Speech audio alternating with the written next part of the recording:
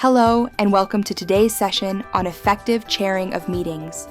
In any business environment, meetings are a central part of decision-making, collaboration, and problem-solving. Yet, the effectiveness of a meeting often depends on how well it is chaired.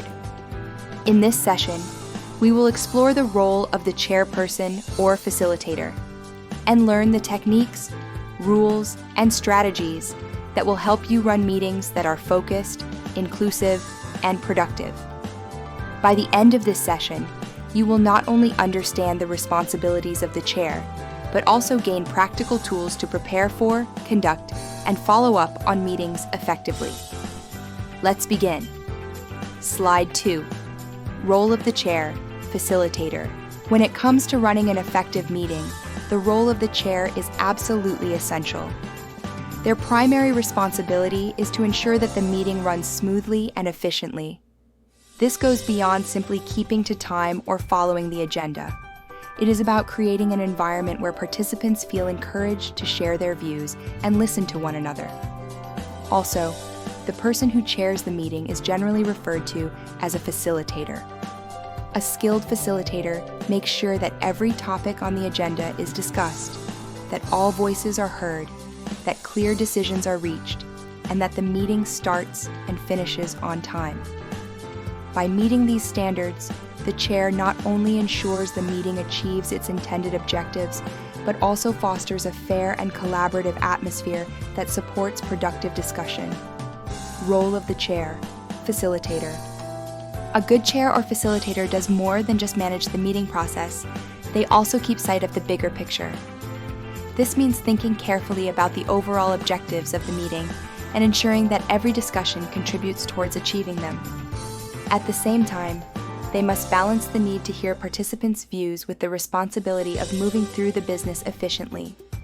Striking this balance allows for productive discussion without losing focus on the meeting's purpose. Before the meeting, to chair a meeting effectively, planning must happen well before anyone enters the room. Start by asking yourself, what is the purpose of this meeting, and what end results do I want to achieve? Then consider the topics that will be discussed and the information participants will need to make informed contributions. In addition, identify the most relevant speakers for each subject and ensure that all necessary meeting papers are prepared and distributed in good time. You can also gather input from participants in advance, helping to shape an agenda that is both purposeful and efficient. At the start of the meeting, your role as chairperson or facilitator is to set the tone for everything that follows. It is your responsibility to ensure that participants feel comfortable speaking openly, knowing their contributions will be respected. You should also promote open discussion of topics, encouraging people to share perspectives and engage constructively. Most importantly, make sure every attendee feels welcomed, included, and well-informed about the purpose and direction of the meeting. When you create this kind of positive and inclusive environment from the outset, you lay the groundwork for a productive and engaging session. Tips for starting the meeting. There are several practical steps you can take to start a meeting well. First, organize someone to welcome participants as they arrive, making sure no new attendee is left sitting alone while others chat. This small gesture helps everyone feel valued. Second, ensure that everyone receives the agenda and any supporting papers, either by placing them on seats beforehand or handing them out at the door. Third, introduce yourself and any other speakers right at the beginning so participants know who will be leading the discussion. These simple actions create a positive first impression and set a professional, organized tone for the session. Tips for starting the meeting. Furthermore, if the meeting is small, take a moment to invite everyone to introduce themselves. This not only helps people learn each other's names, but can also work well if you encourage them to share a little more about themselves as part of the introductions. This step will create a sense of connection from the start. You should also clearly explain what the meeting is about. Never assume that everyone has the same level of understanding as you do. By setting this context early, you help ensure that all participants begin the discussion on the same page. How will your meeting be run? Once participants have been welcomed and the purpose of the meeting is clear, the next step is to set the framework that will keep the discussion productive and respectful. Meetings must be run in accordance with the agreed meeting rules. These rules are not just formalities. They are there to ensure that every discussion stays organized, fair, and focused on the agenda. It is essential that all participants follow these rules consistently, as they help maintain order, encourage respectful dialogue, and keep the meeting moving towards its objectives. Examples of meeting rules. To make sure everyone understands what's expected, let's look at some practical examples of these rules in action. First, ask people to speak through the chair, directing comments to you as facilitator to keep order and avoid side arguments. Second, don't interrupt others when they're speaking. This ensures each person has the space to share their ideas fully. Third, stick to the agenda so the discussion remains focused. Avoid talking amongst yourselves during the meeting, as this can distract others and break the flow. Also, always respect differing viewpoints, even if you disagree, because diversity of thought strengthens decisions. In addition, try to keep contributions short and to the point, making the most of your time. And finally, start and finish the meeting on time, as punctuality is a sign of respect for everyone's schedule. By following these rules, you create an environment where discussions remain productive, inclusive, and respectful. Meeting rules. Even with clear rules set out, people won't always remember or follow them perfectly, especially in the early stages. That's why it's important to remind participants of the meeting rules at every session. Both newcomers and regular attendees can forget, so a gentle reminder keeps everyone aligned. Also, allow time for the group to adapt to these agreed rules, and don't expect perfection right away. Persistence is essential. Over time, following the rules will become part of the meeting culture, making it second nature for everyone involved. Chairing the meeting. Once everyone understands and agrees to the meeting rules, your focus shifts to actively guiding the discussion and ensuring the meeting achieves its goals. The key tasks of the chair or facilitator during the meeting can be grouped into 4 main areas. First, making sure that all the topics on the agenda are discussed, so nothing important is overlooked. Second, involving everyone in the conversation, so a range of perspectives is considered. Third, guiding the group towards clear decisions that move the meeting forward. And finally, managing difficult behaviors in a way that keeps the discussion constructive and on track. Each of these tasks plays an important role in ensuring the meeting is both efficient and inclusive. All the topics are discussed.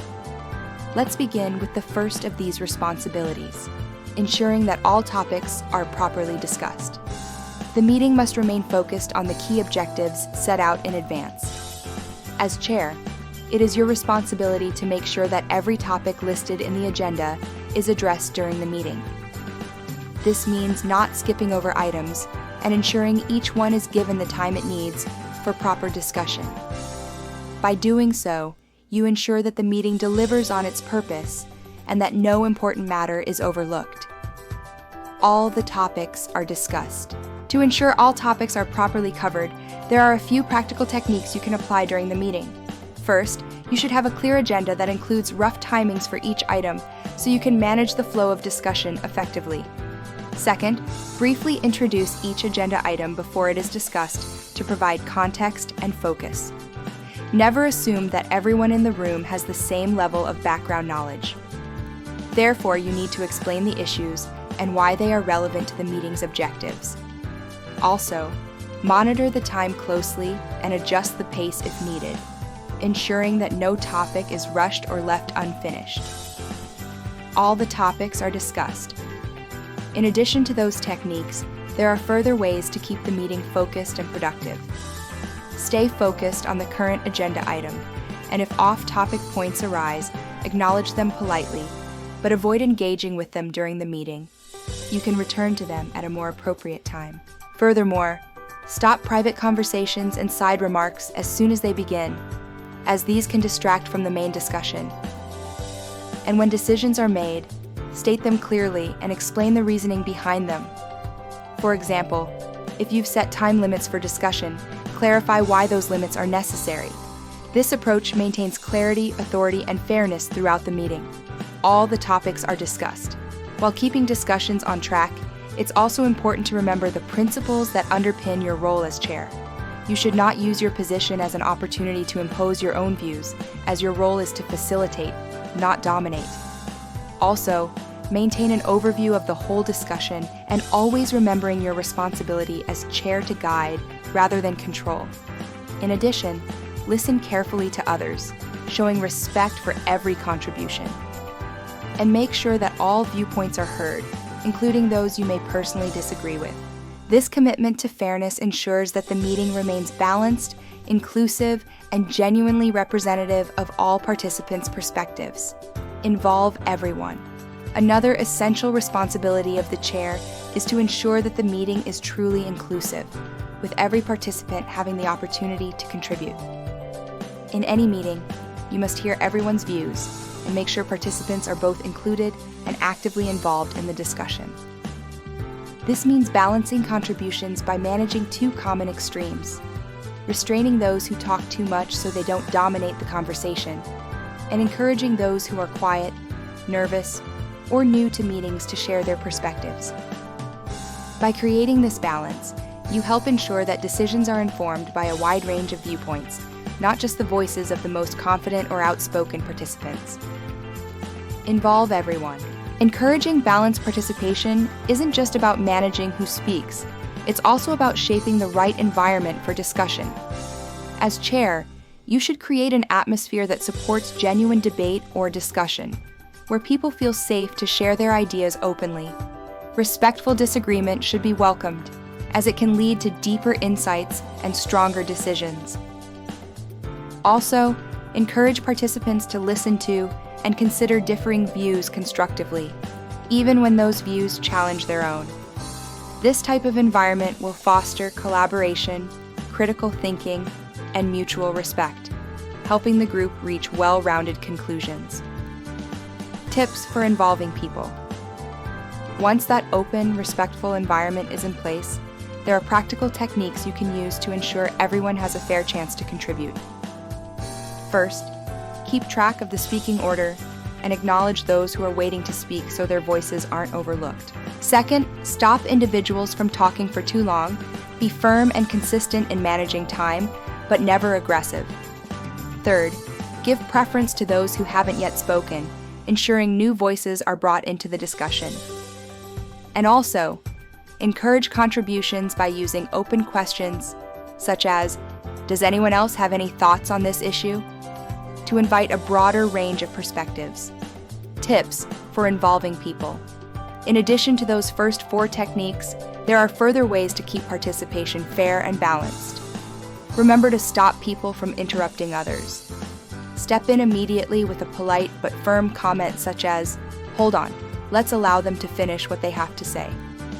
Moreover, actively listen to what people are saying and take all suggestions into account, even if they are unexpected or unconventional. And finally, make sure that minority or unpopular views are heard without intimidation. This helps maintain an atmosphere where everyone feels safe to express their perspective, which can often lead to more innovative and well-considered outcomes.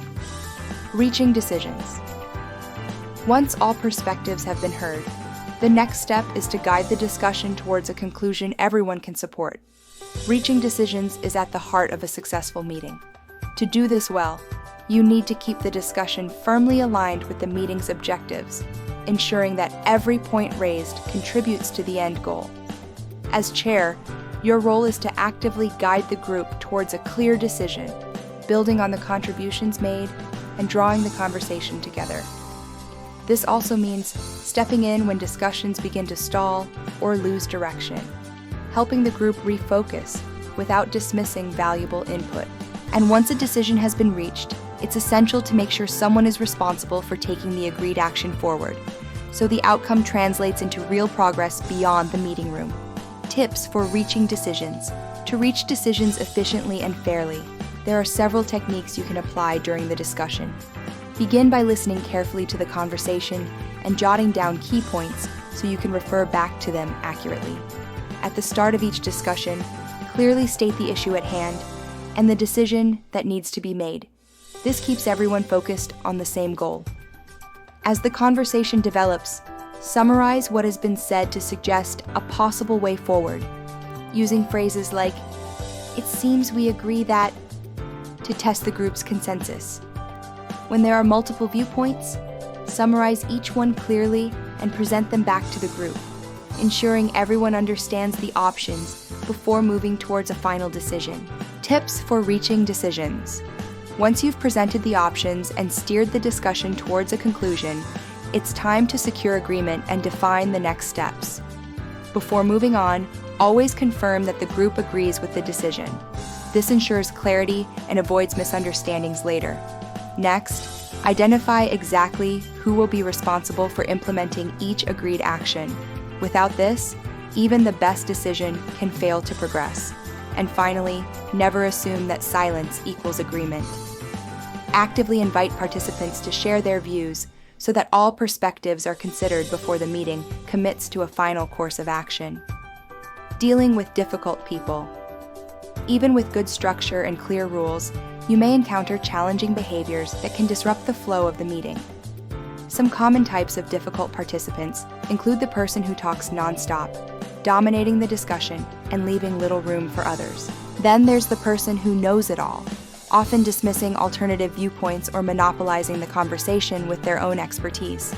Finally, you may face the person who is just focused on a particular issue, steering every discussion back to their particular concern, regardless of the topic at hand. Recognizing these patterns early allows you to address them before they derail the meeting. Dealing with difficult people. Once you can identify these challenging behaviors, the next step is to manage them in a way that keeps the meeting on track while maintaining professionalism. Start by reminding the person of the agreed meeting rules. This sets clear boundaries and reinforces expectations. Be firm and consistent in applying these rules so that everyone understands they are taken seriously. In heated discussions, summarize the key points made so far and then redirect the conversation back to the main topic, preventing the debate from spiraling. And if someone continues to criticize without offering solutions, respond with a constructive question such as, "What suggestions do you have to resolve this?" This approach shifts the focus from complaints to problem solving, helping the meeting remain productive and respectful. After the meeting. Once the meeting has concluded, your responsibilities as chair don't simply end. There are important follow-up actions to take. Begin by allowing time to follow up on the suggestions and contributions participants made during the meeting, ensuring that valuable ideas are not lost. Speak with management about how the meeting went, discussing any key outcomes and areas for improvement. Finally, start preparing for the next meeting while the discussions and decisions are still fresh in your mind. This proactive approach helps maintain momentum and ensures that each meeting builds constructively on the one before it. Conventions of a meeting. Part of preparing for your next meeting is understanding and applying the conventions that guide how meetings are run. Conventions are the protocols that determine how a meeting is conducted. Each organization sets its own meeting conventions, which can vary depending on the culture, structure, and purpose of the group. These rules are designed to ensure a structured meeting flow, fair participation from all members, and accountability in decision-making. By following these conventions consistently, you help maintain order, transparency, and trust within the meeting process. Purpose and types of meeting conventions. Understanding the purpose of these conventions will help you apply them more effectively in your role as chair. They ensure meetings follow an agreed formal structure, which helps maintain order and clarity. They also guarantee that all key topics are addressed, so nothing important is overlooked. And they give every participant a fair opportunity to engage in discussion and debate, which is essential for balanced and informed decision-making. There are two main types of meeting conventions: legal conventions, which are required by law in certain formal settings, and informal conventions, which are agreed upon by the group and tailored to its specific needs. Legal conventions. Let's start by looking more closely at legal conventions. which apply in formal settings. Legal conventions are required by law at formal meetings of an organization or business group. The specific requirements can vary depending on the country or locality, but they often include key steps such as preparing an agenda beforehand to guide the meeting, ensuring a chairperson is present to oversee proceedings, and producing official meeting minutes afterwards to record decisions and actions. These legal requirements are not optional. They provide a formal structure that protects the integrity of the meeting and ensures accountability. Informal conventions. Alongside legal conventions, many groups also follow informal conventions, which are shaped by the team's own preferences and culture. Informal conventions are decided by the group and are unique to the way that particular team or organization runs its meetings. They might include practices such as formal self-introductions at the start of each session, or other customs that help create a comfortable and consistent environment. Unlike legal conventions, these are flexible and can be debated or adjusted if the group thinks that they need to be changed. This adaptability allows the conventions to evolve with the group's needs over time. Ethical requirements for conducting a meeting. Whether the conventions are legal or informal, they should always be supported by a strong ethical approach to chairing a meeting. Ethical requirements for conducting a meeting focus on the principles that guide your behavior as chair.